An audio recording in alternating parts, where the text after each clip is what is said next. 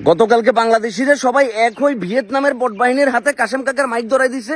আজকে মনে করে যে তিউনিসেরও মাইক ধরাই দিব, তারপরে মনে করে যে আর্জেন্টিনার লোকে তারপর আর্জেন্টিনারে ধরাই দিব শেফ আলীর মার কথা। এখন কথা সেটা না, এই যে বাঙালি সবকিছু থেকে এক হয়ে যায় দেশপ্রেমের টানে, দেশের ঐক্যের কারণে, দেশের ইগুর কারণে, রেসপেক্টের ব্যাপার যখন চলে এসে তখন বাঙালি এক হয়ে যায়। এই যে বাংলাদেশের সিন্ডিকেট ফুটবলটারে ধ্বংস করে দিতেছে, বাংলাদেশে এই লেভেলের একটা বিশাল বড় ফুটবল সমর্থক আছে, অথচ শুধুমাত্র সিন্ডিকেটের কারণে বাংলাদেশের ফুটবলটা নষ্ট হয়ে যেতেছে। এখনই সময় আমাদের আওয়াজ তোলার, বাংলাদেশের সিন্ডিকেটের বিরুদ্ধে আমাদের আওয়াজ তুলতে হবে, যে ফাহামিদুলদের মতো যারা ট্যালেন্ট ফুটবলার আছে তাদের সকলকে আমরা দেশে ফেরত চাই।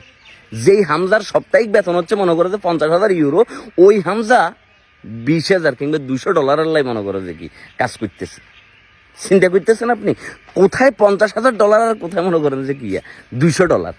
কিন্তু এখানে দেশপ্রেমটা সবচাইতে ইম্পর্টেন্ট বিষয়। সুতরাং আমাদের সকলের একসাথে হই, কাঁধে কাঁধে হাত মিলে আমাদের আওয়াজ তুলতে হবে যে সিন্ডিকেট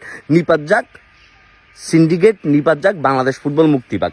বাংলাদেশ ফুটবলের যে সকল জেনুইন এবং ট্যালেন্টেড প্লেয়াররা আছে তাদেরকে খুঁজি বের করি, সেটা দেশে হোক দেশের বাইরে হোক, তাদেরকে সুযোগ দিতে হবে, তাদেরকে খেলাই বাংলাদেশের ফুটবলটা আগায় নিয়ে যেতে হবে। নাহলে ক্রিকেটটা যেমনি করি কি অক্কা পাইছে, ফুটবলটা এরকম করি অক্কা পাইব। এখনই সময় আমাদের সকলকে এক হই আওয়াজ তুলতে হইব, বাঁচাও বাংলাদেশ ফুটবল, নিপাত যাক সিন্ডিকেট।